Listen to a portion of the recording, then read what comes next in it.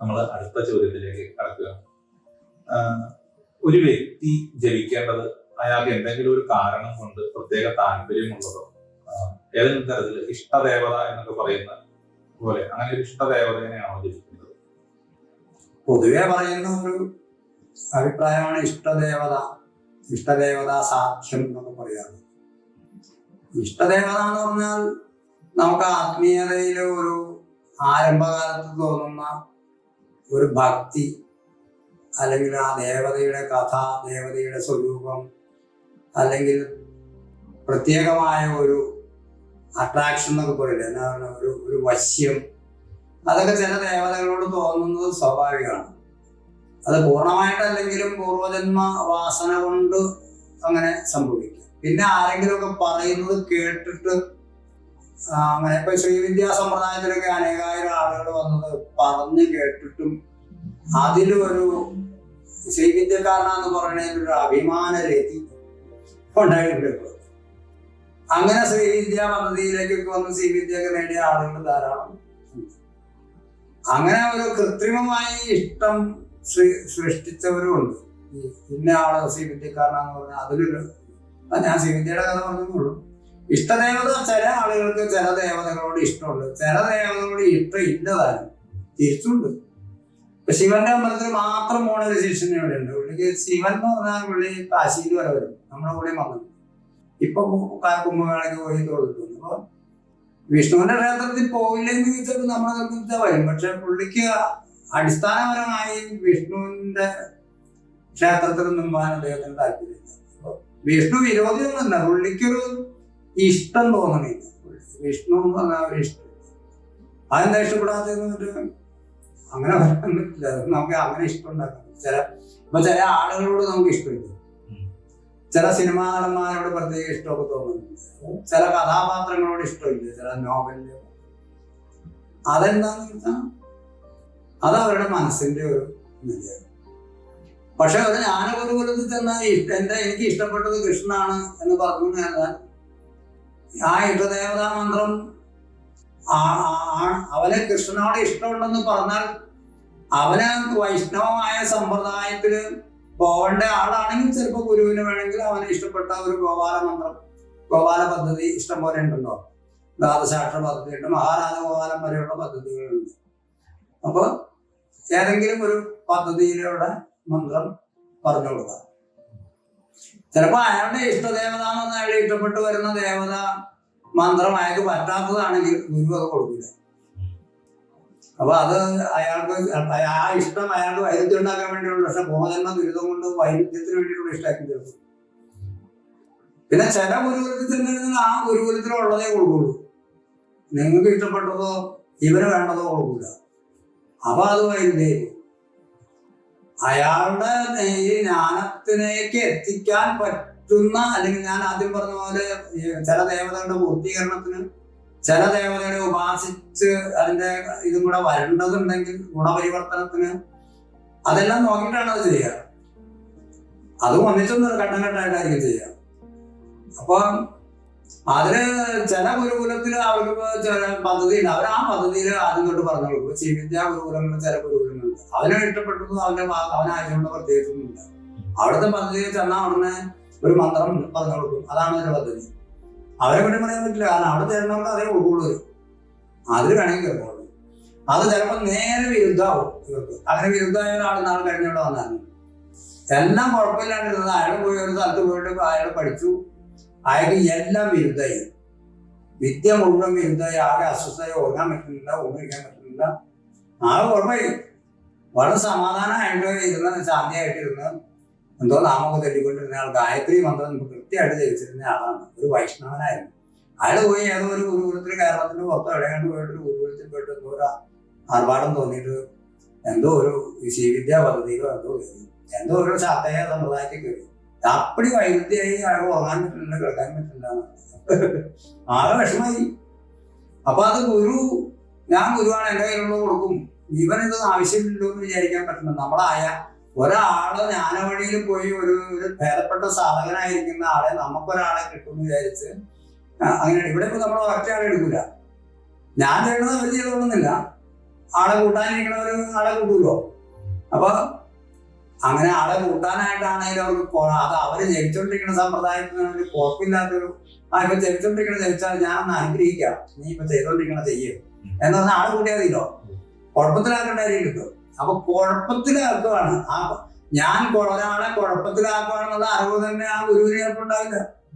എന്റെ കയ്യിലുള്ളത് ഏറ്റവും ശ്രേഷ്ഠതമമാണ്, അത് കൊടുത്തു കഴിഞ്ഞാൽ ഇവന് സർവ്വ ഐശ്വര്യങ്ങളും വരും, മുക്തി വരും, മോക്ഷം വരും എന്നൊക്കെ വിചാരിക്കുകയാണ്. അങ്ങനെയല്ല, നമ്മളൊരു പാത്രമാണ്. പണ്ട് നമ്മുടെ നാട്ടില് അമ്മമാര് പറയും പാത്രം അറിഞ്ഞിട്ട് ദാനം ചെയ്യണമെന്ന്. വിദ്യ അതുപോലെ തന്നെയാണ്.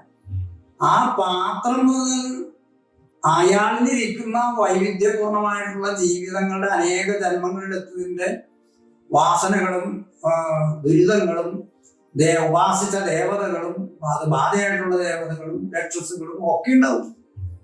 പിന്നെ കുലത്തില് അപ്പൊ അയാളെ നമുക്കൊരു നേർവഴി വെട്ടി അയാളെ ശരിയാക്കി നല്ല പണിയാണ്. ഈ മാർഗത്തിൽ കയറുമ്പോഴാണ്, ജ്ഞാനവഴിയിൽ കയറുമ്പോഴാണ് ക്ഷുരസ്യധാരാന്ന് സിദ്ധാതുരത്യാന്ന് പറയുമ്പോൾ ക്ഷുരത്യ പിച്ചാത്തിന്റെ ഒന്നല്ല, ഗില്ലറ്റ് വേണം. പിച്ചാത്തി ഒന്നും പോരാ, ഭീകരമായ ഒരു ഇതാണ്. കാട്ടപ്പെട്ട് ചക്രശ്വാസം വലിക്കും. മഞ്ഞപ്പതോലി പറയില്ലേ നാടൻ ഭാഷയിൽ പറഞ്ഞ, അങ്ങനത്തെ ഭീകരമായിട്ടുള്ള ഒരു അവസ്ഥയാണ് ഈ ജ്ഞാനവഴി. അതിൽ കയറുമ്പോൾ ഈ പ്രശ്നങ്ങളൊക്കെ ഉണ്ടാവും. എളുപ്പ വഴിയല്ല. എളുപ്പ വഴിയാണെന്ന് വിചാരിച്ച് മോട്ടം കിട്ടും എന്ന് പറഞ്ഞ ആരും ഇതിൽ കയറാതിരിക്കണതാണ് നല്ലത്. ഒരു വിധത്തിൽ പറഞ്ഞാലും ഈ താല്പര്യമില്ലാത്ത ആളുകൾ ഒന്നിലും കയറാതിരിക്കണ നല്ലത്.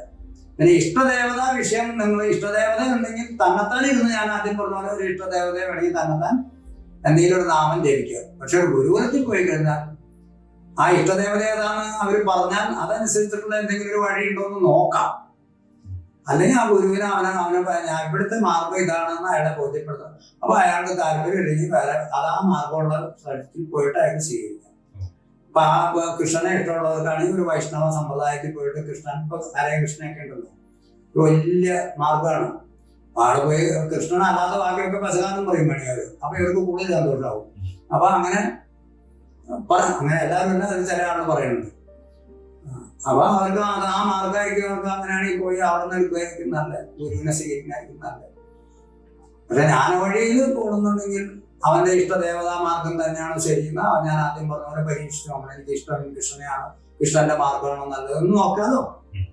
ഞാൻ ആദ്യത്തെ വീഡിയോയിൽ പറഞ്ഞത് മാർഗം നോക്കണം. നമുക്ക് ഇഷ്ടം തോന്നിയത് കൊണ്ട് എനിക്ക് കള്ള് ഇഷ്ടമാണെന്ന് പറഞ്ഞ് കുടിച്ചാൽ നല്ലതാണ്. അത് ജ്ഞാനവഴിയില് വരുന്ന ശിഷ്യനെ ജ്ഞാനത്തിലേക്ക് എത്തിക്കാനുള്ള വഴിയാണ് ഗുരു സെലക്ട് ചെയ്യുന്നത്. അപ്പൊ അത് വെറുതെ കേവലം ഇഷ്ടം മാത്രം പോരാ. എന്നാൽ ഇഷ്ടമുള്ള ദേവത അനുകൂലമാണെങ്കിൽ അതിനെ ഉപയോഗിക്കുകയും ചെയ്യാം. അതിനോട് ചേർന്ന ഒരു ചോദ്യം കൂടെ ചോദിച്ചോട്ടെ.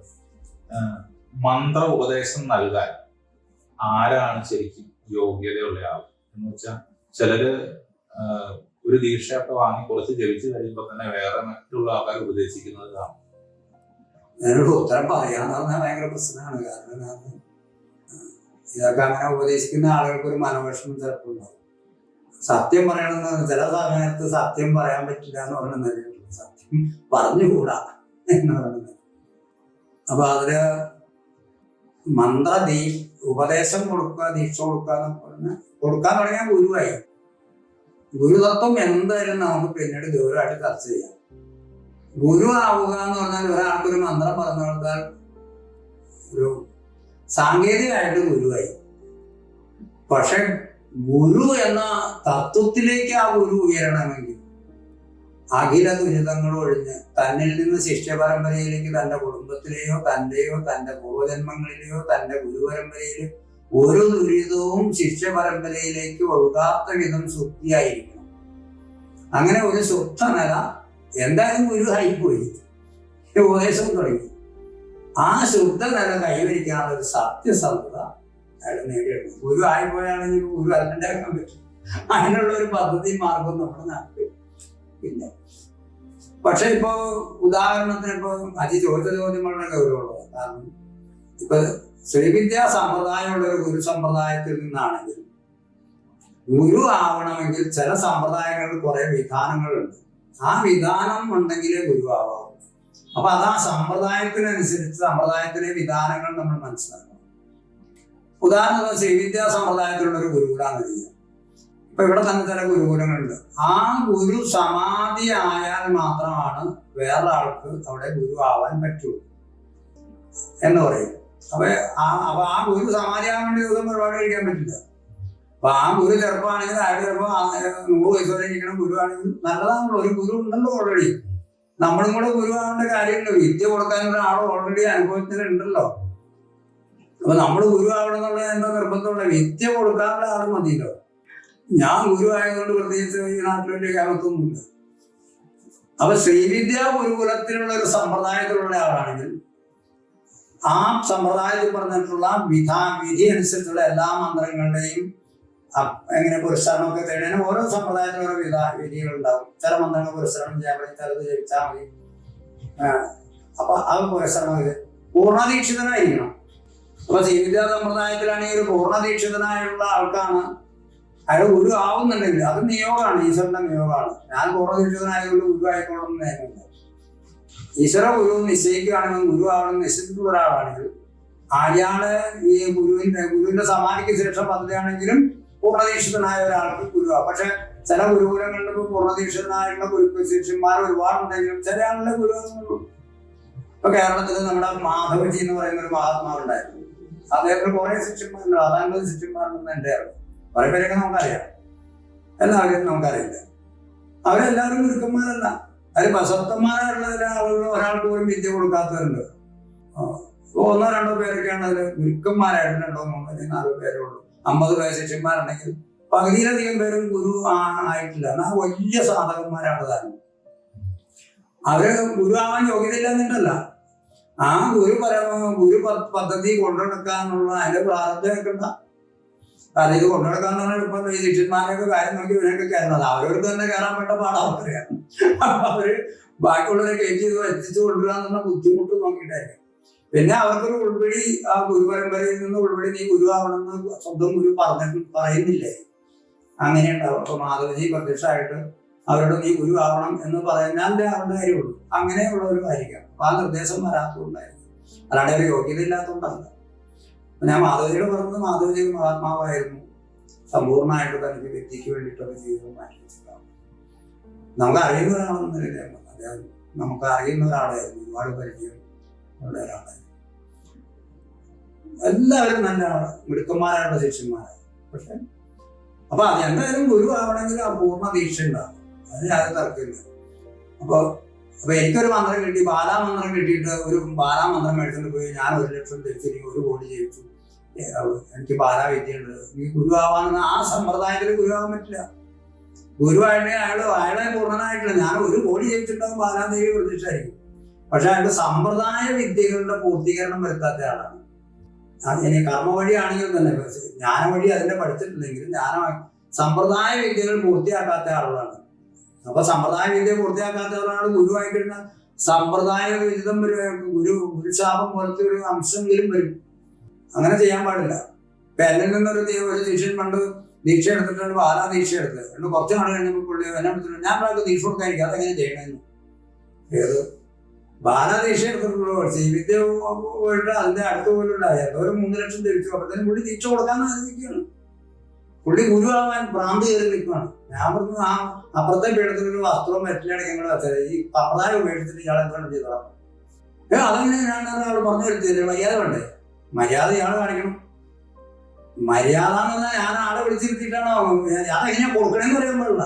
അത് എന്നോട് ചോദിക്കാണ് ഫോണിൽ കൂടെ, എങ്ങനെയാ കൊടുക്കണമെന്ന് പറഞ്ഞുതരാൻ. അപ്പൊ ഞാനെല്ലാം അനുവദിക്കുന്ന ആളാണെന്നാ വിചാരം. ഇതിങ്ങനെ ഏത് ആൾക്കും എന്തും ചെയ്യാവുന്ന സൗകര്യം. അങ്ങനെ പറ്റില്ല. ഞാൻ ദീക്ഷ കൊടുത്ത ഒരാളെ പറ്റി ഒരു ജ്യോതിഷൻ പറഞ്ഞത് എനിക്കറിയാം. നമ്മൾ ബാലദീക്ഷ അങ്ങനെയൊന്നല്ല, ബാലദീക്ഷ കൊടുക്കണ ജ്യോതിഷം പഠിപ്പിക്കുകയാണ്. എന്നിട്ട് ആലോചിക്കും ഇങ്ങനെയല്ലല്ലോ ബാലദീക്ഷ തന്നെ. എങ്ങനെയാണ് ദീക്ഷ തരണമെന്ന് ഗുരു തീരുമാനിക്കുന്നത്. സമ്പ്രദായമുള്ള ജ്ഞാന വഴിയിൽ ദീക്ഷ കൊടുക്കുന്നത് കർമ്മ വഴിയുടെ പഠിച്ചിരുന്നിട്ട് ചോദ്യം ചെയ്യാണ് ജ്യോതിഷൻ. ജ്ഞാന വഴിയിൽ ദീക്ഷ കൊടുക്കുന്നത് ഗുരു ഒരു വലിയ ജ്ഞാന സങ്കല്പം ചെയ്ത് സർവ്വ ഗുരുക്കന്മാരും വന്നു നിന്ന് അവനിലേക്ക് ഒരു ദീക്ഷ കൊടുക്കുകയാണ്. അത് ജ്ഞാന സമ്പ്രദായ സ്പന്ദാണ്. അതിന് കർമ്മ സമ്പ്രദായത്തിൽ ദീക്ഷ കൊടുക്കണമെന്ന് വിചാരിച്ചിട്ട് ജ്യോതിഷം ചോദ്യം ചെയ്തു. എന്നിട്ട് അവൻ പിന്നീട് ഉപേക്ഷിച്ച് പോയി. കാരണം അവന് ഈ പദ്ധതി പറ്റിയില്ല. അപ്പൊ എന്താ അതിന്റെ അർത്ഥം എന്ന് പറഞ്ഞാൽ, ഒരു മന്ത്രം ജയിച്ചു വരുമ്പോൾ ഒരു 108 രൂപ വെച്ചിട്ട് ഒരു 2 കൊല്ലം ജയിച്ചിട്ട് ഗുരു ആവാന്ന് വിചാരിച്ചിട്ട് അത് ഒരിക്കലും അത് അതായത് വിത്ത് പാകാവാത്ത വിത്ത് കുപ്പിയല്ലേ. നമ്മളൊരു 10-40 കൊല്ലം സാധന വഴിയിൽ പോകണം, അല്ലെങ്കിൽ 30 കൊല്ലം 40 കൊല്ലം സാധന ചെയ്തിട്ട് ആലോചിക്കുക. ആ നിയോഗം ഉണ്ടെങ്കിൽ അവനെ വിട്ടു പിരിയാതെ ഒരു ശിഷ്യൻ എനിക്ക് പറഞ്ഞു, ഒരു ആള് കൂടി എനിക്ക് ദീക്ഷ തരുന്നുണ്ട്. അപ്പൊ അയാൾ നോക്കണം, ഞാൻ ഗുരു ആവണോ, എനിക്ക് ഗുരു ആവാനുള്ള കാര്യങ്ങൾ വന്നിട്ടുണ്ടോ, ശുദ്ധി വന്നിട്ടുണ്ടോ എന്നൊക്കെ അയാൾ സ്വയം ബോധ്യപ്പെടാനുള്ള ജ്ഞാനമാണ്. സ്വയം ബോധ്യപ്പെട്ടതിന് ശേഷം മാത്രമാണ്. അതാണ് ഞാൻ പുരസ്കരണം ചെയ്തു, ഞാൻ ഇത്ര മന്ത്രം ജയിച്ചു, അതൊന്നും ഗുരു ആവാനുള്ള ഒന്നല്ല. ഗുരു എന്ന് പറഞ്ഞാൽ ലഘു അല്ലാത്തതെന്നാ, ചെറുതല്ലാത്തതെന്നാ വാക്കിന്റെ അർത്ഥം. അതിന്റെ അപ്പുറത്ത് തത്വമില്ലെന്ന്. ഗുരു എന്ന് പറഞ്ഞാൽ ചെറുതല്ലാത്തത് എന്ന് പറഞ്ഞാൽ ഏറ്റവും വലുത്. ഭൂമാവിദ്യ പോലെ ഭൂമാവ് എന്ന് പറയണമെന്ന് യഥാർത്ഥത്തിൽ എന്ന് പറഞ്ഞാൽ അതിനപ്പുറത്തൊരു തത്വം ഭാരതീയ ജ്ഞാനസങ്കല്പങ്ങളിലോ പാരമ്പര്യങ്ങളിലോ ഗുരു തത്വത്തിനപ്പുറത്തൊരു തത്വമില്ല. ഏറ്റവും വലിയ തത്വം ഗുരു തത്വം. ബ്രഹ്മം എന്ന് പറയുന്ന തത്വമല്ല, തത്വാതീതമാണ്. അവിടെ തത്വങ്ങളൊന്നുമില്ല. ആ മനസ്സിലാതെ അനുഭവിക്കലാണ്. അവിടെ നിങ്ങൾ അനുഭവിക്കണമെന്നില്ല, അനുഭവിക്കുന്ന വിഷയമില്ല, ഒന്നുമില്ല. അവിടെ അനുഭവം മാത്രമേ ഉള്ളൂ. അവിടെ ഞാൻ അനുഭവിക്കുന്നുള്ള തോന്നലില്ല.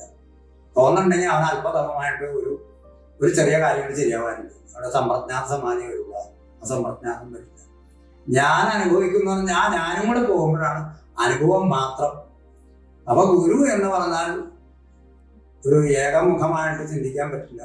പിന്നെ കർമ്മവിദ്യകളൊക്കെ പഠിപ്പിക്കുന്ന ഗുരുക്കന്മാരുണ്ട്. അവർ നിങ്ങൾ പറഞ്ഞ ചിലപ്പോൾ മാന്ത്രികം പഠിപ്പിക്കുന്നവരുണ്ട്. അങ്ങനത്തെ ഗുരുക്കന്മാർക്കൊന്നും ഈ വഴി കുഴപ്പമില്ല, എന്ത് വേണമെങ്കിലും ചെയ്യും. അതാണ് അതിനെ പറ്റിയിട്ട് പറയാം.